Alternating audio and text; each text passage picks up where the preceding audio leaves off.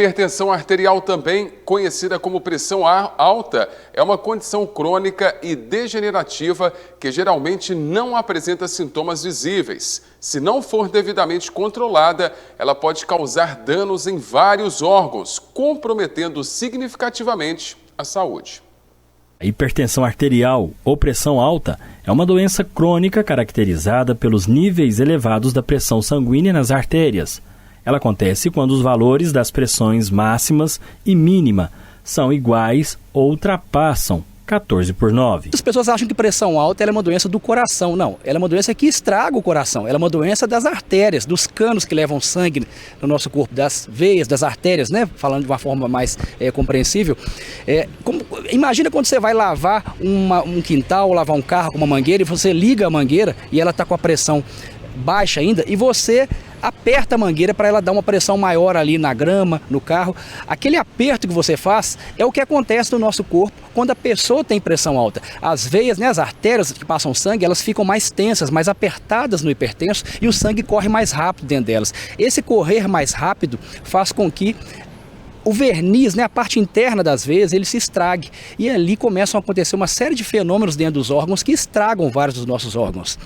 Pressão alta, a gente tem que lembrar que é um valor padrão para pessoas adultas, né? O adolescente e a criança, ela tem suas tabelas próprias que os pediatras têm no consultório. Cada idade tem a sua pressão correta.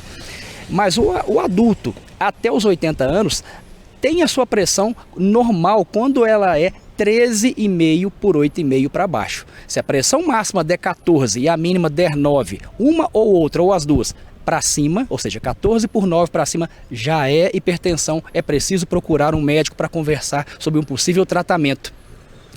E a hipertensão, ela às vezes gera sintomas, mas na maior parte das vezes ela não gera sintomas. Esse é o que é o problema, ela é silenciosa.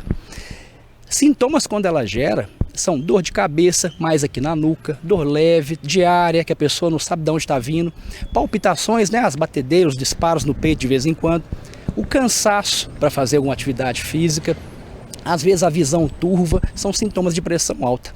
E muitas pessoas descobrem que tem pressão alta e 2 medidas de pressão 14 por 9 ou mais, feitas no posto de saúde ou na farmácia ou no aparelhinho digital que você tem em casa ou no médico, já são suficientes para afirmar que você é um hipertenso. E aí as pessoas falam, mas de onde veio isso? Então, e a pressão alta, 95% das vezes a origem é familiar. Você herdou dos seus antepassados e ela só se manifestou em algum momento da sua vida e dali para frente vai ficar, porque ela é uma doença crônica, ela não tem cura, ela tem tratamento para a vida inteira.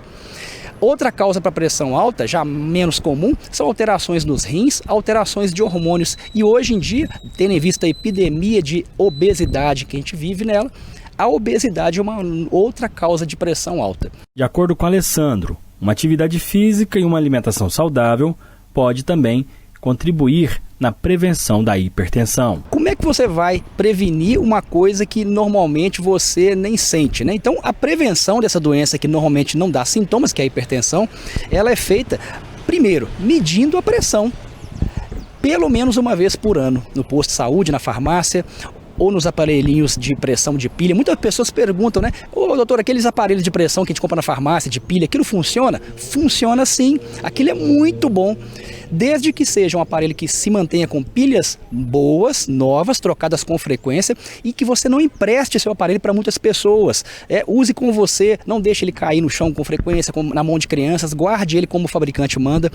Uma pesquisa recente feita em Belo Horizonte, mesmo publicada numa grande revista médica mundial, mostrou que de cada 10 aparelhos de pressão de Belo Horizonte, de consultórios médicos ou de enfermarias de hospitais de Belo Horizonte, de cada 10, 7 estavam descalibrados medindo pressão errada. Aquele aparelho de pressão que o médico põe, que bombeia com a mão.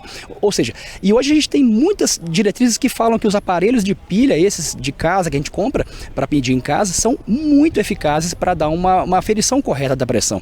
Então, medir a pressão pelo menos uma vez por ano, quem não tem pressão alta, e quem tem pressão alta deve medir pelo menos uma vez por mês, para aquele que já toma remédio ou faz tratamento, de manter o peso normal, de manter-se ativo fisicamente, né? E também a gente tem que forçar a pessoa que fuma a parar de fumar, o que bebe a parar de beber, porque essas duas coisas, além do uso excessivo de sal na comida, são coisas que aumentam um pouquinho os níveis de pressão, né? Não muito, mas que também contribuem então para a piora. Sair da vida sedentária, como eu já falei, e tentar colocar seu peso no peso normal para a sua altura. Esses são detalhes importantes na prevenção. Lembrar que toda vez que o seu filho, sua criança, vai ao pediatra, desde o dia em que ela nasceu, você deve pedir ao pediatra para medir a pressão da criança, que se mede com aparelhos especiais, menores, mas a criança também tem pressão alta, a gente não pode esquecer disso. Se ela começar com a pressão alta desde criança e não tratar, quando ela chegar já no início da fase adulta, ela já vai ter lesões nos rins, no cérebro, no coração, porque ficou 10, 20 anos às vezes, só para depois diagnosticar uma pressão que podia ser vista já alta quando era criança.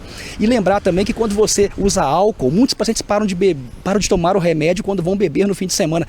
Não há problema nenhum você tomar seu remédio de pressão, que é sagrado, é diário, e tomar junto com ele um copo de cerveja. Não vai cortar efeito de nada. Você deve beber seu álcool com seu remédio, o que você não pode é parar o seu remédio, porque quando para o remédio no fim de semana é quando acontece normalmente as pressões altíssimas de 18, 20, estouram veias na cabeça e pessoas têm AVCs por conta desse hábito errado.